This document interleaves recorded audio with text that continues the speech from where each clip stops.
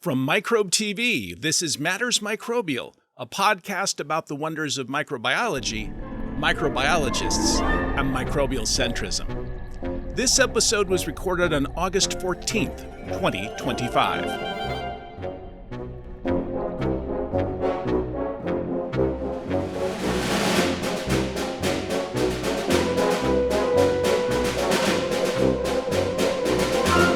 Hello, Micronauts, and welcome to our Quality Quorum for today. I'm your host, Dr. Mark Martin, Associate Professor of Biology at the University of Puget Sound in Tacoma, Washington. Today is the 104th episode of Matters Microbial. Many thanks to every listener, viewer, guest, and supporter.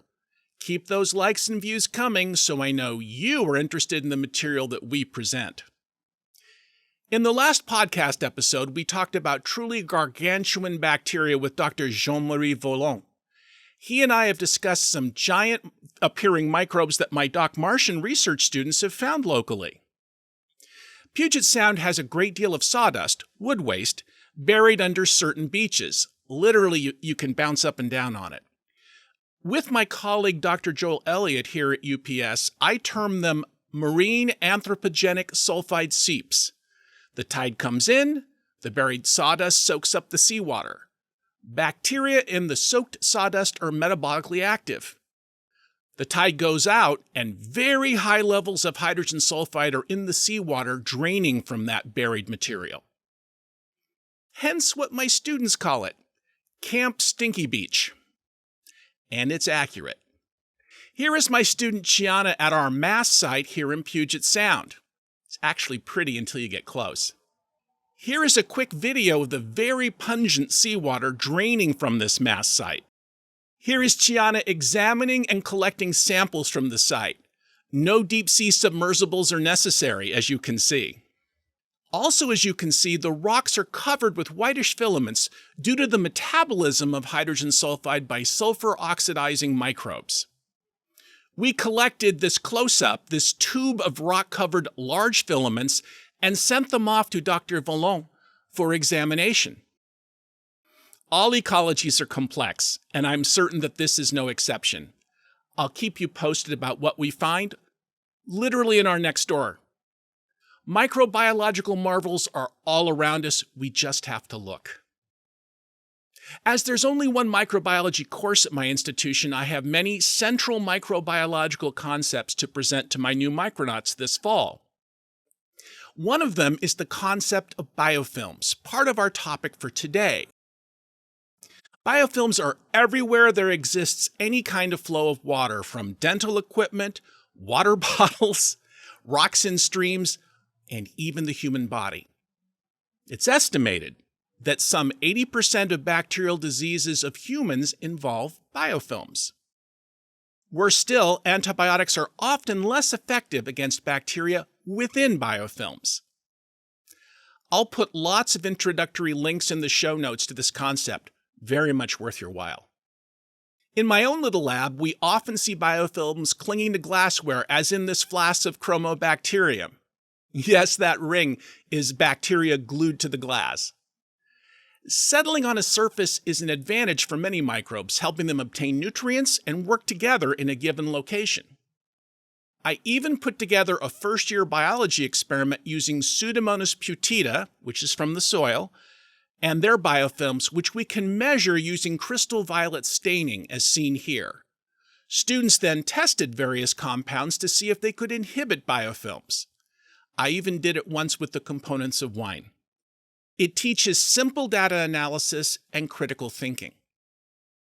I guess I may have pushed the biofilm concept a bit hard in the past in my classes, as seen in this old photo where the biology club here on campus made a biofilm out of my old lab door.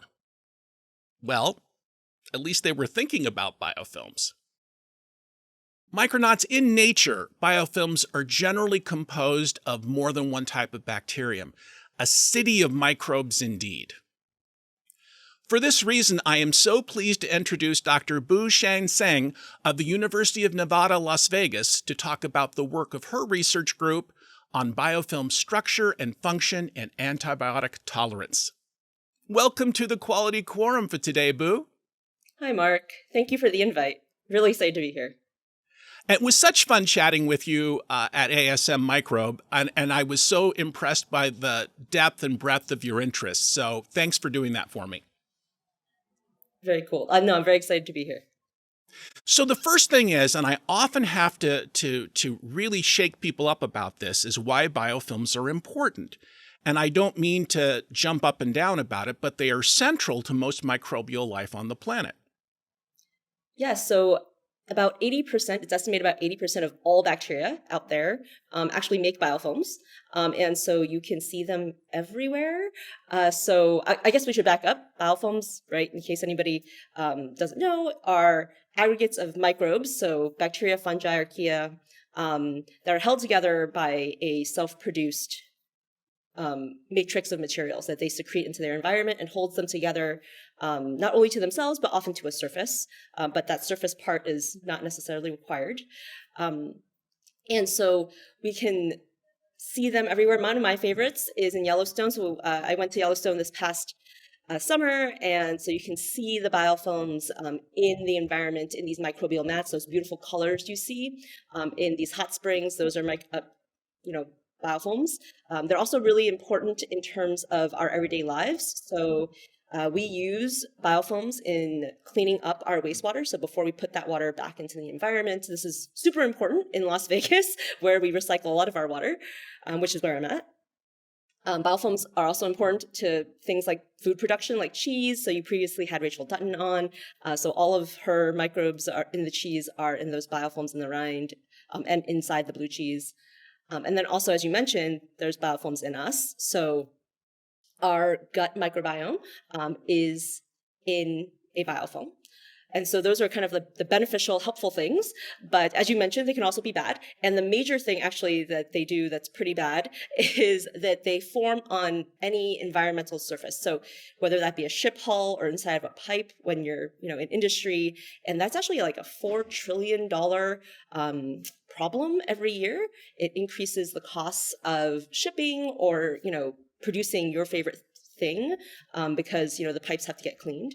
It also causes disease, as you mentioned, not only in humans but also in farm animals. So it's a big issue in the dairy industry because cows get this disease called mastitis, where they get infection of their udders, and this is not only painful for the cow, which is bad, but it also leads to having to essentially toss out that milk.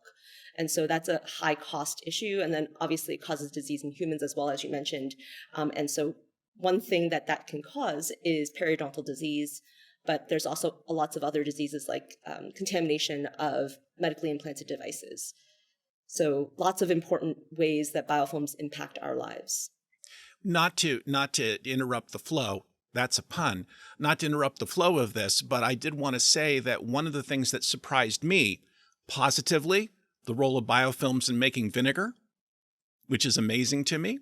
Secondly, the number of problems that folks have with implanted materials like artificial joints, hip replacements. And that's been something I didn't think enough about. And as always, I try and tell everyone, not just listeners and viewers, that we exist in a sea of microbes, and we do. But how they set up shop, how they colonize, this business of gluing themselves down and profiting is very important. Yeah, so the medically implanted devices problem is actually quite large because it's the major reason why they have to be replaced. Normally they're contaminated when they go in, and then that biofilm grows up over time, and then the only real way to get them out, the biofilms out, is really just to remove the device and replace it, which is for people is a large surgery to do oftentimes, especially for hip replacements in people who are elderly. Oh, it's something that I always worry that we tend to be a little negative about microbes in terms of PR, and we are, but we also understand why it's important to discuss the medical relevance of these things. And to me, the interesting part is these biofilms, they're just looking out for themselves. And some have evolutionarily learned the trick to take advantage of us or things involved with us. But they, as you mentioned, they're literally everywhere. In fact, there's a famous story. I believe I told it to you when I was first dating the woman who's now my wife, and we had one of those large water bottles that fit in a crock. And I was going to show how tough I was by replacing one of the large, heavy water bottles. And I was going to clean that crock. And my wife said, or my lady friend said, well, why are you doing that? It's just water. And I took my finger and went, ah, and it was all, and those are mostly Caulifactors, and they're not going to cause any trouble to you, generally speaking. But that was a place where they adhere to a surface and the nutrients come by. So it makes a lot of sense. Yeah, it's actually kind of funny. So I often introduce myself when I'm, out in public. People ask what I do. I'm like, well, I'm kind of a scumologist. So I Yeah, always start with this whole thing about, that pink ring around your bathtub drain, like that's a biofilm, it is. and it forms on everything. So yeah. With all due respect to Norm Pace, who did that whole paper on the things he found on his shower curtain, um, every year I get students who want to know what the stuff is in their shower. And what would you tell them, by the way? I would say a lot of it's Serratia. That's lovely. I love that idea. So I think I got a little excited. You'll forgive me on that. But let's go ahead. We've now discussed how of primary importance biofilms are, and I think they are. And they're, as you mentioned, just about everywhere in all kinds of conditions. So you decided to look at one particular sub area of biofilms, and that would be? That's a little complicated. So we study a specific microbe. So as you mentioned, most biofilms in the environment are multi-species, multi-domain even. But in our case, we simplify the system a lot so that we can kind of glean some mechanistic insight. So our favorite microbe is Pseudomonas aeruginosa. It's a common hospital-acquired infection. It's also really important for people with cystic fibrosis. And so, but it's also, the real reason I really like it is because it's super genetically tractable and easy to use in the lab. That is our model. We study lots of different aspects of biofilm formation. So part of it is we're interested in the tolerance that is increased in bacteria that are in these biofilms. And so part of that is antimicrobial tolerance. But also we're interested in just basically how do bacteria build this thing. And so there's multiple aspects of that. We're also interested in part in how it responds to its environment. Is this related to that wonderful Venn diagram you have on your website? Yes. So the Venn diagram, right, essentially shows biofilm biology, which is a very broad topic, and then the antimicrobial element, which I think is an important part of, why biofilms are important to our daily lives, and then Pseudomonas. So my lab mostly studies Pseudomonas aeruginosa, but we do have a couple of other microbes floating around that we study as well. The other thing I want listeners and viewers to understand, and this was actually so exciting to me so many years ago, is the discovery. You would just think, okay, I'm going to glue myself to a surface. I'll make some kind of, and I love how scientists think, an adhesion that glues me down. But it turns out it's not as simple as that. There are different stages of that. And it's actually a complex kind of thing that takes place. And when I first thought about biofilms, I thought, oh, they're just making something sticky. There are lots of examples of that in nature.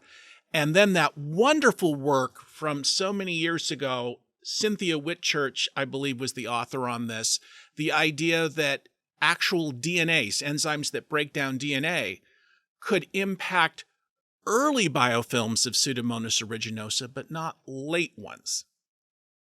Yeah, so in terms of biofilm development, right, so they start by, as you mentioned, like essentially coming to a surface and then sticking down. They kind of move around a little bit first, and then they decide to stay. And then once they decide to stay, they start producing lots of materials that help hold them down. So various different polymers is the way I think about it. So one of the early ones is eDNA that Cynthia did previously show. But it's also, there's, exopolysaccharides. So these chains of sugars, some biofilms or some microbes make biofilms with polymers of protein. There's also lipid vesicles in there and other proteins in general that are not necessarily even polymers. And so these different components of the biofilm then help stick that colony down, and then they start growing. What's really neat nowadays is that people have started seeing that for the biofilm to stay where it's at, it's actually an active process. This idea of maintenance is relatively new in the field. And how do you make sure you hold on to everything? And then ultimately, at some point, based on environmental cues, presumably, the biofilm decides to leave where it's at, and so it disperses into a new environment.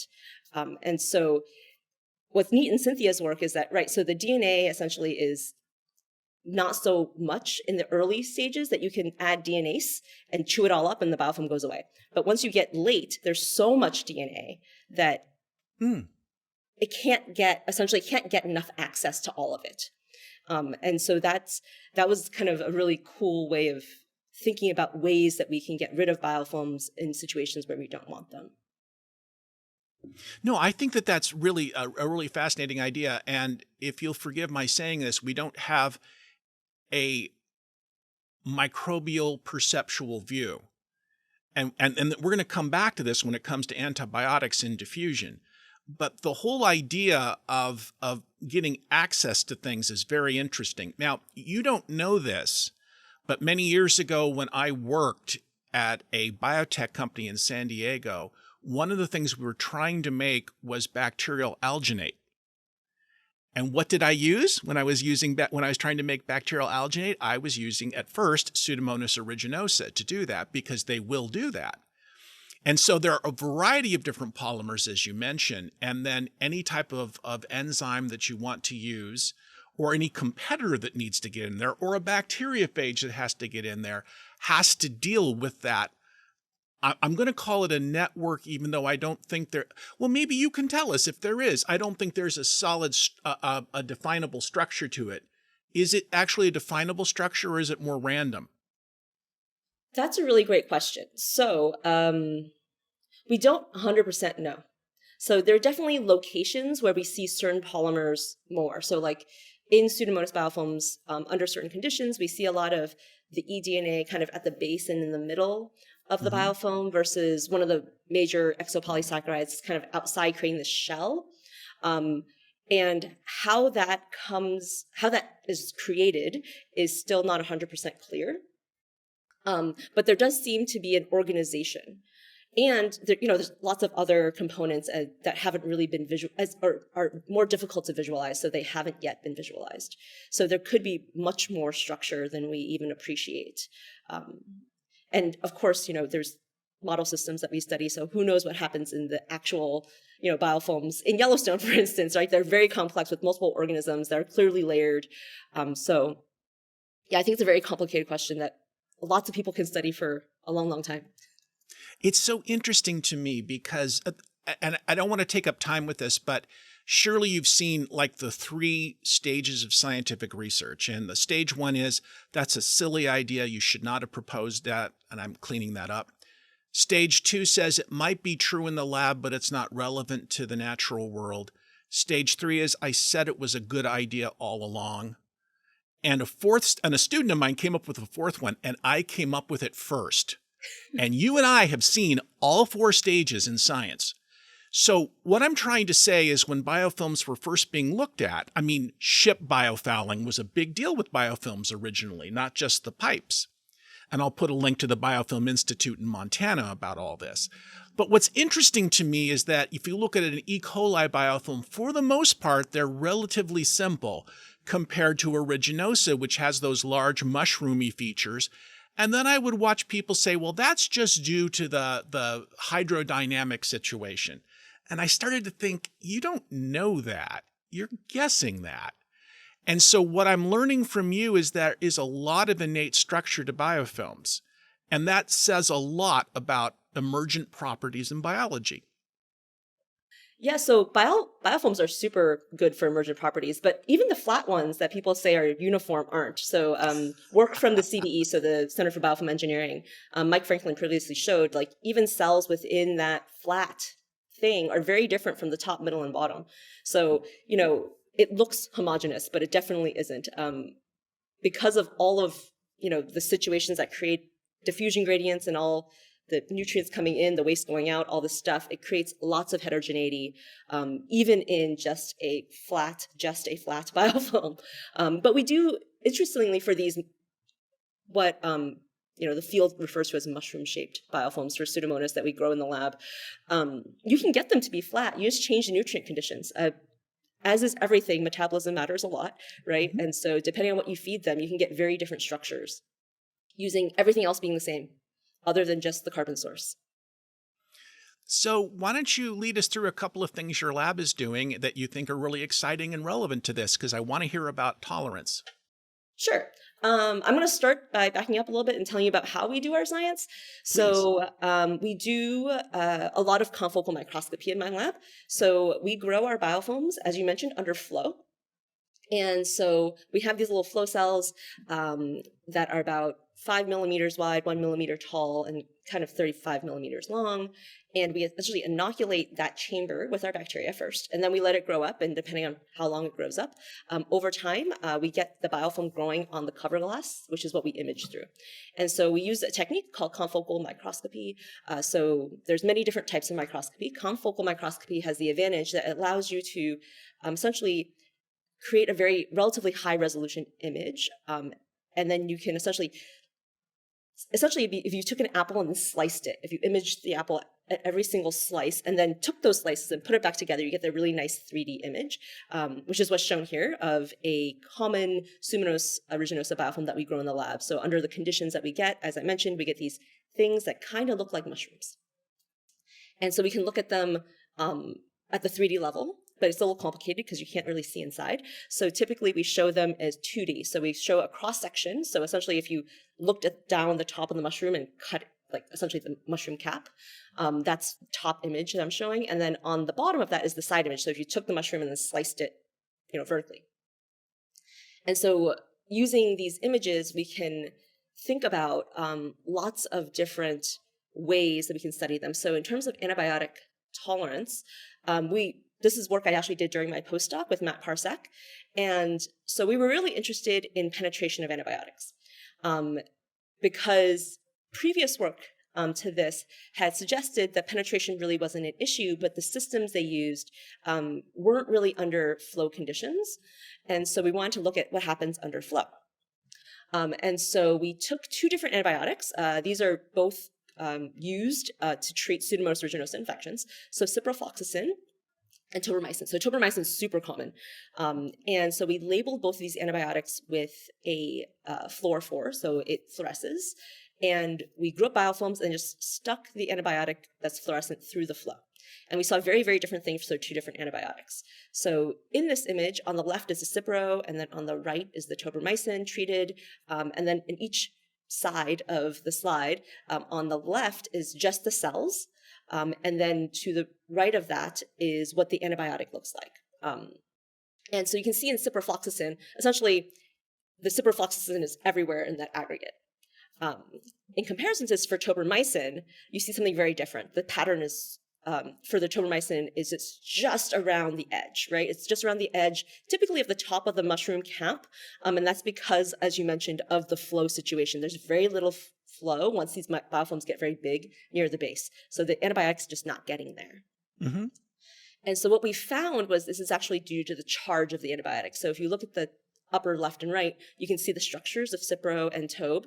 And so cipro is a neutral molecule versus tob is super positively charged.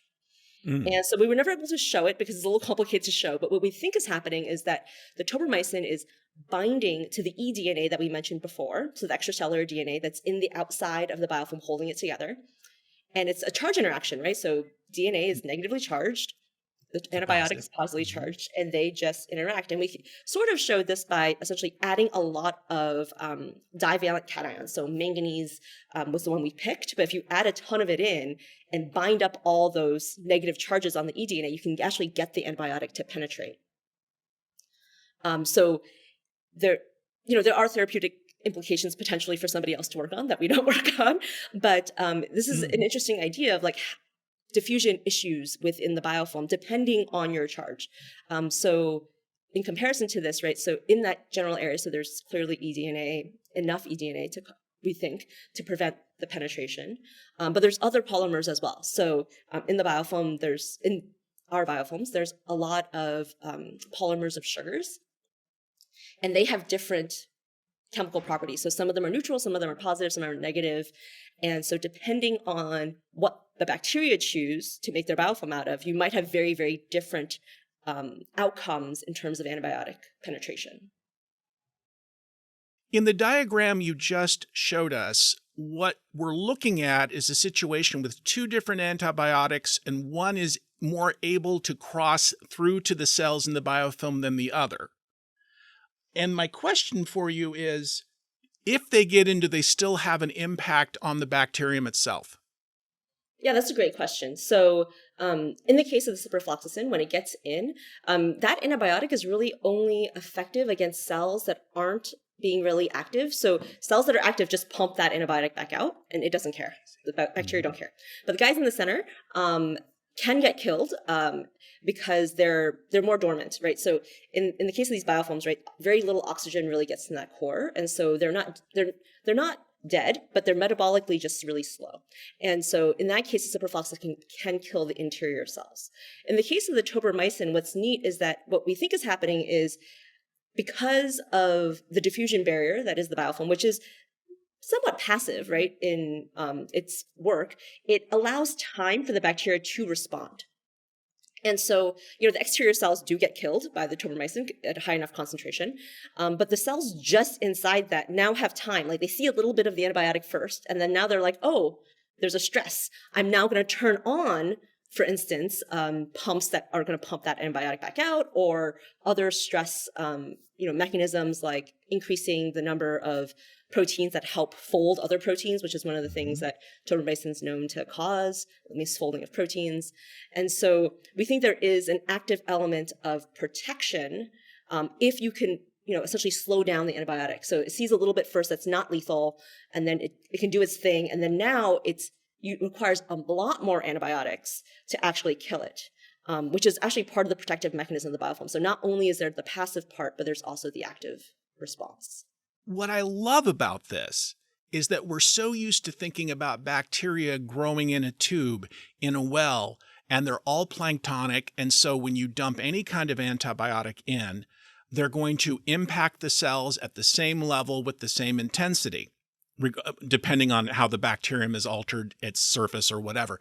So, but that's not the case in a biofilm, which is what makes this so important. And because we've learned about the medical relevance, important to know.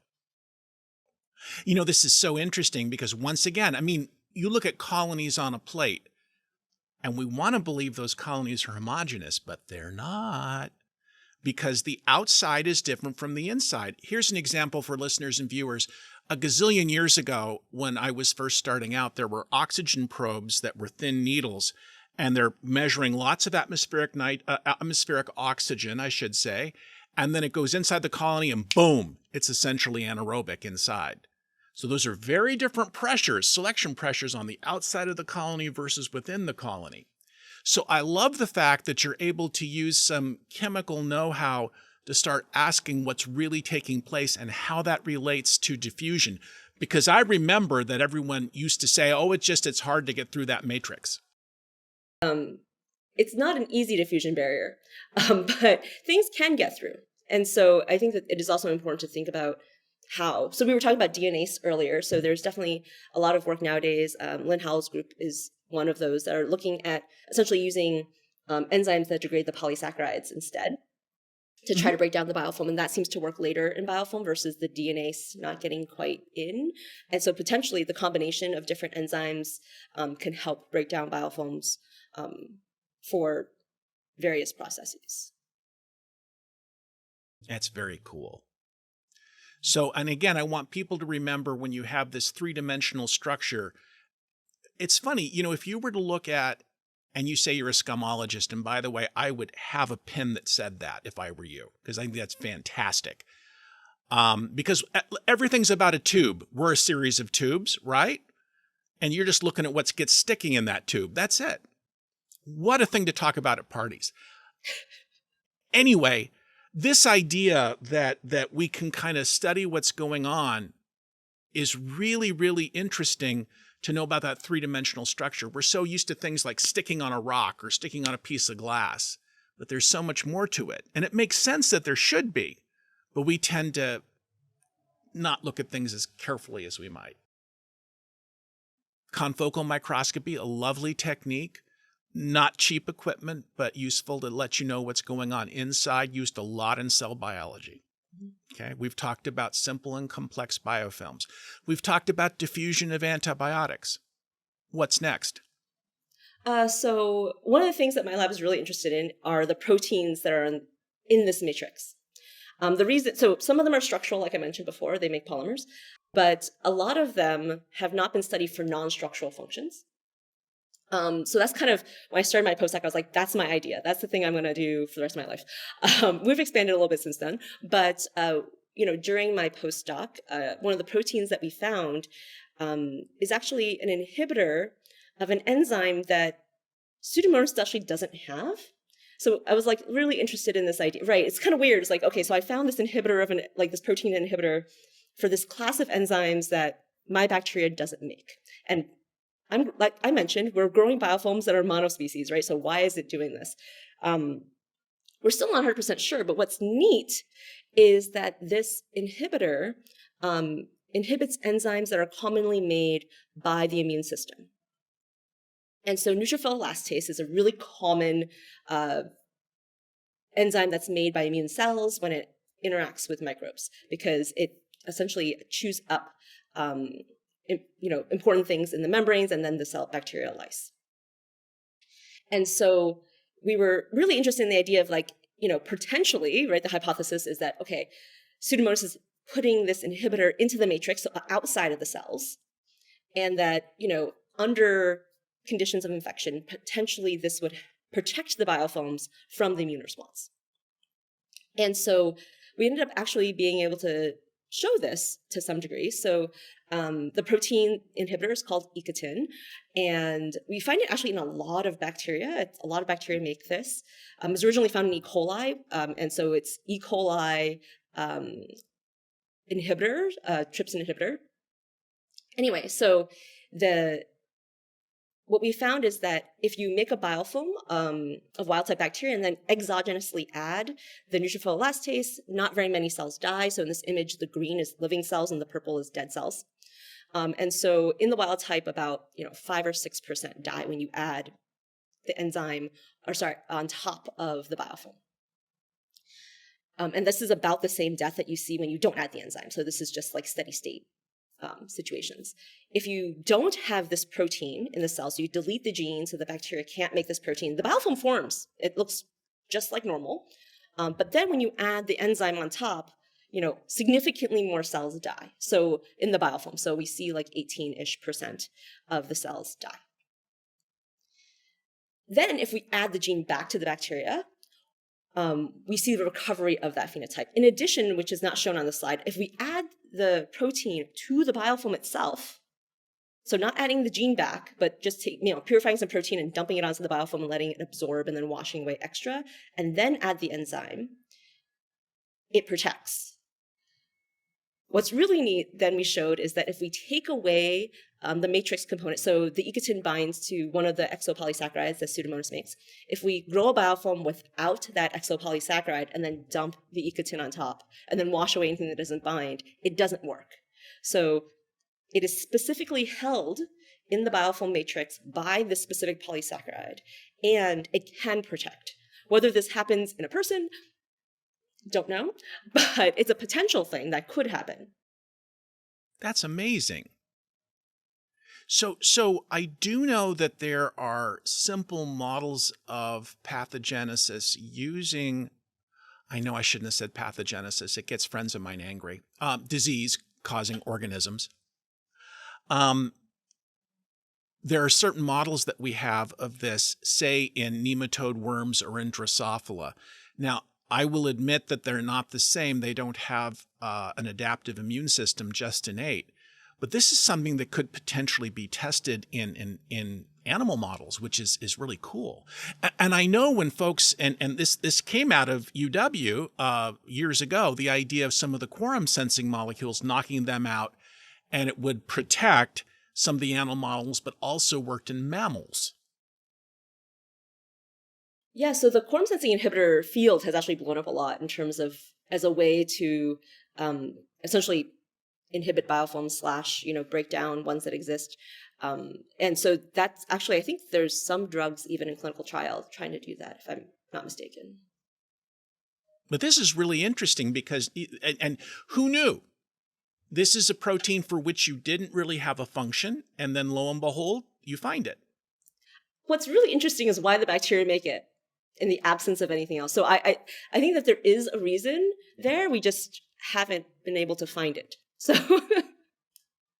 I'm always reminded of something that was ascribed to Leslie Orgel, but Francis Crick said it.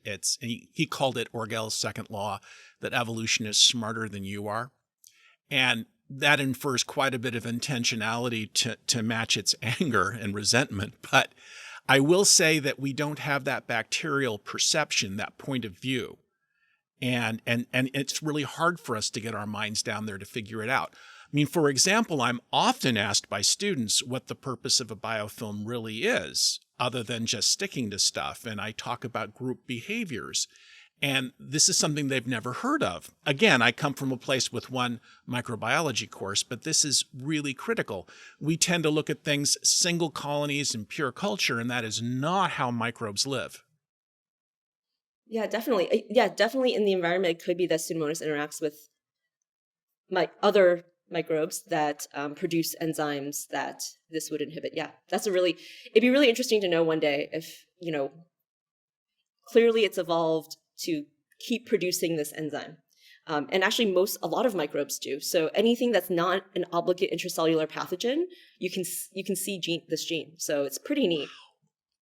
So it has to serve I don't want to get off the topic, but now I want to know if there are fitness costs to losing that gene, that kind of thing.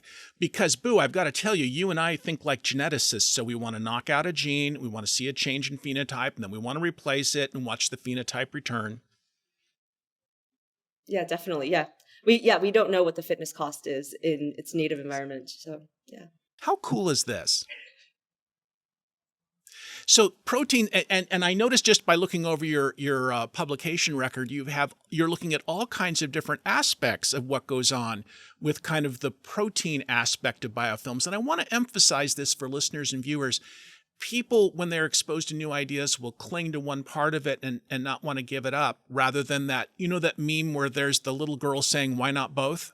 Mm-hmm. That's where we're at with a lot of things. And so, as many people thought this is all about just polysaccharides as important for biofilm formation and maintenance, now you have a situation where we know DNA has, exogenous DNA, not informational DNA, has that function. And then we go on top of that to think now there are proteins involved. And it makes sense in retrospect. Yeah, so we have a really cool story that came out relatively recently about that. So one of the other proteins that we saw in this extracellular matrix material is called OPRF. It is a porin. So, Pseudomonas aeruginosa is a gram-negative organism, so it has an outer membrane, and things have to get through that outer membrane.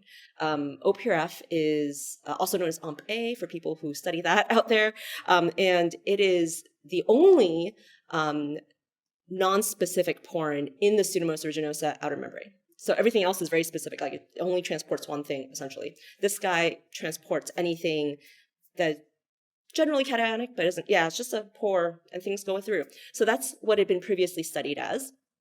What's neat about this protein is that it has two states. It has one state where it's kind of closed with a little tail that holds on to the peptoglycan.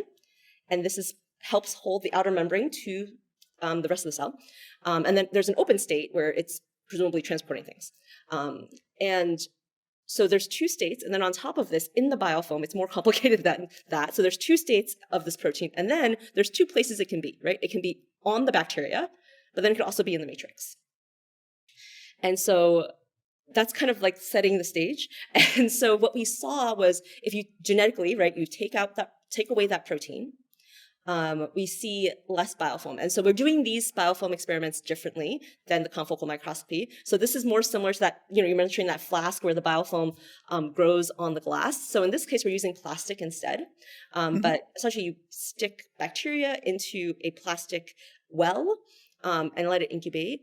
And then if you remove the media and then wash out any of the bacteria that aren't actually attached to the plastic, you get a bathtub ring that you can stain with crystal violet, as you mentioned, but you can actually, stain it with anything. So one of the other things we chose to stain it with is a dye called Dito, and it stains the extracellular DNA. So it can't get inside the cells. Only stains the extracellular DNA. And so when we did this, first looking at the crystal violet, so you have relative biofilm biomass, and then a wild type, and then an exopolysaccharide mutant. So that's my negative control. And you see wild type, we normalized it to that, so that's at 1. And then when we don't have the major exopolysaccharide being made, very little biofilm. And then if you do this OPRF mutant, you see a decrease in the amount of biofilm. So it's about 40% of wild type. It's still much more than the negative, right? So those are also statistically different. That's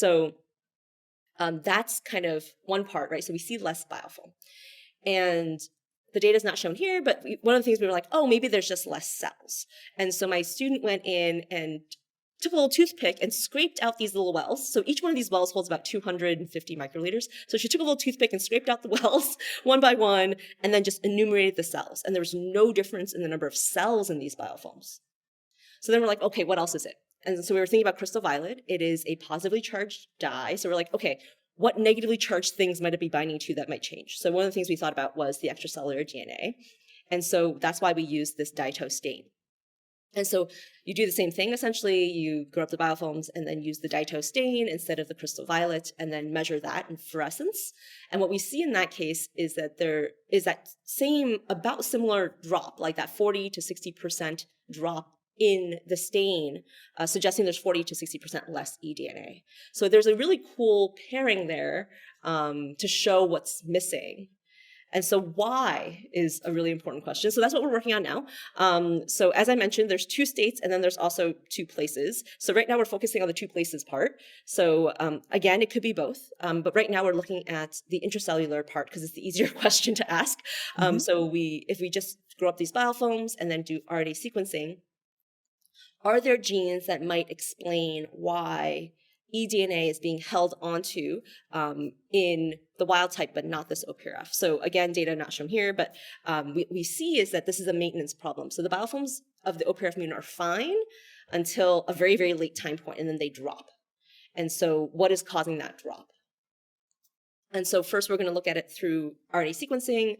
Another thing we really want to do, but is very difficult, is add back wild type OPRF exogenously to the biofilm through these, because it's a porn, it has to be done through these lipid vessels.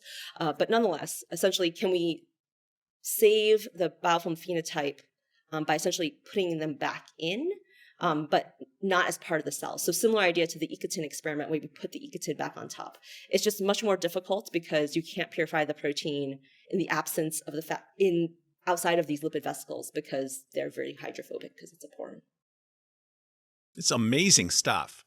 And I want to emphasize again, what I like about the work that you're describing and the way that you're describing it is that listeners and viewers can see, okay, I make a mutation, I get a change in what I see. I put a wild type copy, that is to say the original copy of that gene, back in the organism, and I ask the question, does it return to its original state? Now, there are some things that can't be studied that way. Let me be clear. But I have to say that this is the gold standard for understanding functionality. What we sometimes have trouble with are when many different things work together, of course. But you're trying to unravel the Gordian knot that is the biofilm. Yep, and that is exactly why we use a very simple system, right? We use monospecies, we use a very genetically tractable model organism. It's a lab strain, right? It's not even a wild strain. But it makes it a lot easier to do these kinds of experiments and get, first principles of what the microbes can do that then can be taken and tested in, clinical isolates, environmental isolates, even within its own environment, right? You could theoretically take a Pseudomonas biofilm out of the environment and look at some of these things to see if they're equivalently there. I think in an earlier episode of this podcast, and it was the one with Roberto Coulter some time ago, we were talking about what happens with, I'm going to call them wild-caught Pseudomonas in terms of the colony morphology versus after they've been passaged to, quote, live in the lab. So we call them wild and domesticated. That might be a simple way. And the colony morphologies are quite different. And this is also true for E. coli and Bacillus. And I would argue pretty much every organism you choose to talk about. Things are different in nature. You know the expression in silico that people use for computer work? I need to call it in silica, because when we grow them on glass, which is what we're really doing, glass and plastic, right? It's completely different than what they see in the natural world. And it isn't a surprise that they evolved to match that. And so I have no idea what you're going to see when you go to these less domesticated forms of Pseudomonas. It'd be really interesting to see. Yeah, what's interesting, I think, at least for Pseudomonas, is that it does retain a lot of its arsenal, even in the domesticated strains. Like, the ability to make all of these things, right? It doesn't need to necessarily keep them, but it does in the lab. And so it's a microbe with a very, very large genome. It can do lots of different things. And so the way I like to think about it is what we do in the lab, whether it's on glass or plastic, or we also have some work on metals, that can happen. And the fact that the bug can do this suggests that it does do this somewhere. I don't know where, but somewhere. No, I agree completely with that. And this makes ecologists really unhappy with me, and I apologize in advance. I don't think we understand the nature of selection as well as we think we do. And as a geneticist, I think you'll appreciate what an old friend and colleague of mine, Bill Metcalf, used to tell me, is that phenotypic screens have to do with you, not the organism. And it's really true. I have been fooled multiple times by things that I thought I had achieved by using a phenotypic screen, but the microbe had a different agenda, and it's not mine. And I think that's for me, that's exciting because I want to learn new things. I don't want things to be simple. I want them to be endlessly interesting and fascinating and complex, because so's life. Very true. This is so great. I love this to pieces. By the way, you saw me kind of poking around. I've been looking for my giant microbes plush of Pseudomonas aeruginosa. And they have the tiny ones. You know the tiny ones? Mm-hmm. And then they have this size. What they don't have, and this should upset you no end, are the ones that are about this tall. They have those for the eukaryotic cells, I've noticed. Oh, they have it for every STD you care to mention. I've got some right here for it. But in fact, I will insert in here a picture of the giant microbes version of Pseudomonas aeruginosa with the understanding for viewers, it is not anywhere near as cute as this and does not have eyes. It does not have eyes. I will say I do enjoy my giant microbes, but that one, because it's the bug I study, is definitely some mutant. It is not wild type. When I first came out, I was like, that's not the way it looks. No, it is based on an electron micrograph of a Pseudomonas aeruginosa that I think must have been a mutant of some sort, because it's hyperpileated and it's multiflagellated, which is not normal. So Pseudomonas normally has a single polar flagellum and only has pili at its other end, right? So I appreciate the giant microbes because they're so cute. I can't remember which one is it. I have another one at home that I think of more like Pseudomonas because it's green and my bugs all overproduce GFP because I image them a lot. So that's a personal preference. And it has a single polar flagellum. I can't think off the top of my head. I've got all kinds of little ones around here, and one students make for me.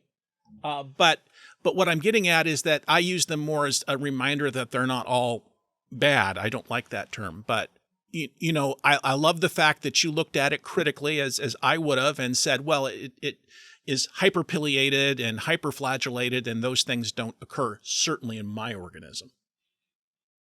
They do with mutants, I'm sure. Maybe it's a clinical isolate. There you go. Happening too. Yeah.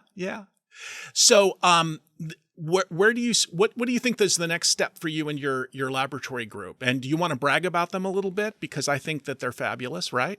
Yeah, my group is great. So we everybody does something different. So I think that, as a scientist, there's two ways. One of the benefits of being in this position as a PI, right, is that you can have lots and lots of interests. So everybody in my group does something different. And so, I've got, my group is mainly grad students. And so each of them has their own different projects. So the one I just mentioned about OPRF is somebody who's actually now a doctor. She graduated with her PhD, so that's Erin Casson, and she's going to move on to do her postdoc. Another one of my grad students, which I don't have any slides on this work because it's relatively new, is Austin Dmitriev Finarin, who's actually looking at how Pseudomonas aeruginosa biofilms corrode steel. And so, how we talked about in the beginning where it grows on ship hulls and pipes and all this other stuff. So most of the microbes that are studied for this are sulfate-reducing bacteria, because they're, probably the major cause of essentially corrosion caused by bacteria. And sulfate reducers are obligate anaerobes, so they're grown on, all of the experiments that are done in the lab are grown under anoxic conditions. And what's neat is Pseudomonas is an facultative anaerobe, so it can grow in oxygen and it can grow anoxically with nitrate in the medium. In any case, so a lot of people, because SRBs are grown anaerobically, have studied a lot of other bacteria under anoxic conditions and looked at corrosion. And so one thing that we thought was neat was like, what happens if we look at it under, when there's oxygen around? Because oxygen also corrodes, right? Environmental oxygen corrodes. And so what we're seeing now is that, the Pseudomonas biofilm actually, even though literature in the past showed that it does corrode when there's no oxygen in the medium, if you add oxygen to the medium, and actually a good amount of oxygen, you keep the whole thing fully aerated, the biofilm actually protects. Because it creates a layer, right? It's a barrier, right? That matrix is a barrier to oxygen as well. And so we're kind of looking at what part of the matrix is contributing to that. Is it everything? Is it some things? Are there actually components that also corrode in there? So, picking that apart. And then the third grad student that works on biofilms, I have the other half of my lab that doesn't work on biofilms, but the third grad student that works on biofilms is doing something really cool. So really interesting. As I mentioned before, biofilms are super heterogeneous because of all these gradients that happen. So the cells in that biofilm, in the same biofilm, from one location to the next, can be doing very, very different things. And the field has long recognized this, but it's been really hard to study this at a global level. And so one of the things that we've been trying to do is look at what different cells in the different parts of the biofilm are doing at a full transcriptomic level. And so to do this, we grow up this biofilm, and then interestingly, we take those cells, we fix them so that the RNA stays in place, and then we homogenize that biofilm so they're now individual cells. We use a method for single-cell RNA sequencing that's different from what a lot of people are doing. And in this case, we're using what is referred to as PROBAC-seq, so it's a probe-based system. PROBAC-seq was developed by our collaborator, Adam Rosenthal, who's at UNC, who's amazing. And so in this case, what we're using is probes that they're essentially complementary to our RNA. And so we have 4 probes for every protein coding gene in the Pseudomonas aeruginosa genome. And so you have these bacteria, they have their RNA in them, you essentially poke holes into the membranes, and you add these probes, they go in, and they bind to the RNA, and then you wash away any probes that don't bind. And then what we end up doing is sequencing the probes, ultimately. But once we have these cells all essentially with their probes in them, and wash away the probes that don't bind, to actually figure out what the probes are in each cell and not just overall in the general population, we use this device from 10x Genomics. It's called the Chromium device. And essentially they provide these beads, and on each bead is a barcode, so essentially a DNA sequence that's unique for every single bead. And then attached to that, we can essentially attach our probes to that.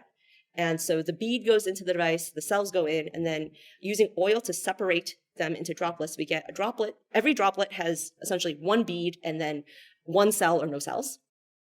And so by essentially attaching the probes to this barcode, we can have every single probe in the same cell has the same barcode. And then when we sequence it, we can say, okay, all of these probes that represent our mRNA have this barcode. So this all belongs in one cell, that belongs in that cell, et cetera, et cetera, et cetera. And so then we sequence a bunch of cells. And then we can back calculate, okay, these transcripts belong there, those there. And then we can group our cells. So these group of cells all have similar transcriptome profiles versus others. And then so we can look at that. And then the neat part about this is that once you have that information, right, you have, okay, a group of cells. So yeah, I think there's like 9 different colors I've shown here of different groups of cells, but you pick your favorite, let's say blue. You take a blue population and you look at genes that are highly expressed, but only expressed in the blue population and not the purple or the pink or whatever. And then you can go back into the biofilm using a method called mRNA FISH, so fluorescence in situ hybridization, which also uses probes, but in this type, the probes are attached to a fluorophore, so that when you put them into the biofilm, you could look for your favorite gene, and then that area of the biofilm fluoresces. And so you can go back and localize where these subpopulations are in the biofilm, which is kind of that cartoon thing I've got there. And so we've done this. I'm going to show data from the best run because we generally do that. So this is 50,000 cells that we did this with in one biofilm. And the benefit of the system is you get a lot of reads in an individual cell. So there's different ways to do single cell RNA sequencing. And one of the great things about this method is we get a lot of reads and a lot of transcripts from every single cell. So about 8,000 reads per cell. And so in this weird dot color diagram thing, it's a UMAP. And the way this works is that essentially every single cell is a dot in this image. And it's placed in location near other cells that have similar transcriptomes. And then, obviously this is like n-dimensional space, so it's collapsed into 2D just to make it easy to look at. And so the color of the dot is essentially the algorithm clustering. So there's a clustering algorithm in the software that says, okay, these cells are similar enough, these cells are different kind of thing. And it found, agnostically, right, just knowing the transcriptomes, 13 subpopulations in these mushroom-shaped biofilms that we grow. And the numbers on top is just based on the size. So 0 is the biggest one with about 11,000 cells, and then cluster 12 is the smallest with 150 cells. So what's neat about this is that we're really interested in some of the really small clusters here, because if you were doing a bulk RNA sequencing method where you just looked at all the transcript in the cell, the little guys, the little subpopulations get lost in the signal, right? You just see you see cluster 0. The cluster 0 genes, everybody knows about them. But, what's happening in cluster 12 or 11? And so we're kind of looking at those smaller subpopulations. And what's neat is that they are really well defined by the genes that they either overexpressed or underexpressed relative to all the other cells. So there's very clear differences between these clusters, and we're interested in what are they doing. And so, when it's a small subcluster, if you delete that gene, right, you might not see an effect on the overall structure of the biofilm. But now, does that biofilm lose some important function that if we knew what the function was, before, we'd be able to test it, right? So if we look at cluster 12 and look at the genes that are there, it's like, okay, does this cluster provide some sort of protective function, for instance, which is a lot of what I'm interested in, that we can then probe now that we know what the genes are? So I want listeners and viewers to understand that this is a really delicate technique. If you look at, say, a developing fruit fly, you can determine what cells are expressing particular genes by a very crude version of what's just been described, because you need to know, for example, is there a gene called noggin in fruit flies? It's expressed in the head segments and not in the tail segments. There you go. But in a similar fashion, how do you look at these biofilms? And what you just heard is an attempt to show that you don't have homogeneous expression within the biofilm. That is to say, different cells in the same biofilm are expressing different genes. And this is fascinating and casts a lot of interest into how organisms develop and blurs lines that used to be really discrete. Yeah, so biofilm development is actually really interesting. As we mentioned, there's that progression But unlike development in like eukaryotic organisms or even some developmental processes in bacteria like sporulation, it can back out at any point in time. It can decide that it doesn't want to continue down this path, so it's going to disperse and go somewhere else. So, as somebody who is a eukaryotic biologist in training, in my past life, this was a really interesting idea that there's this developmental process that they essentially can abort and then go back and not have the negative consequences of essentially choosing a path. Well, Boo, this has been a really wonderful, wonderful episode. I've learned seriously a great deal from hearing it. I love seeing your enthusiasm and the clarity with which you express things that I know are very complicated. And it means a lot to me that you were able to come on the show today. Well, thank you. Yeah, it's been really fun chatting. Do you have one particular piece of advice for people that are thinking about microbiology? One particular advice. I think learn everything. So as I mentioned, I'm a eukaryotic cell biologist by training. So I'm not a traditional microbiologist. And I just got into the field because I just became really interested in some of the major players. During my grad school, I started reading papers by Pete Greenberg and Bonnie Bassler, and I was like, this is the coolest thing ever. And so I think never feel that you can't switch topics. Even if you're, I have a lot of friends who are physicists who now do, biophysics and things like that. So it's important to just be open to new cool ideas and yeah. In other words, follow your microbial bliss. Yes. I want to thank you again for being on the program, and I want to wish you and yours the very best. Thank you very much. Thanks for this opportunity to chat. It's been wonderful. This has been Matters Microbial, a weekly podcast about the wonders of our microbial world and the people who study it. You can send questions, suggestions, or comments to me at mattersmicrobial@gmail.com. Show notes from today's episode, with absolutely epic links as always, can be found at microbe.tv/mm. If you like our work, please consider supporting us at microbe.tv/contribute. I'm Doc Martin, and you can find me in the biology department of the University of Puget Sound in Tacoma, Washington. Dr. Shan Tseng is in the University of Nevada, Las Vegas School of Life Sciences in sunny Las Vegas, Nevada. Many thanks, as always, to David Renata for superb editing and Reber Clark for the wonderfully quirky music. I hope you've all enjoyed being part of our Quality Quorum for today. See you next time on Matters Microbial.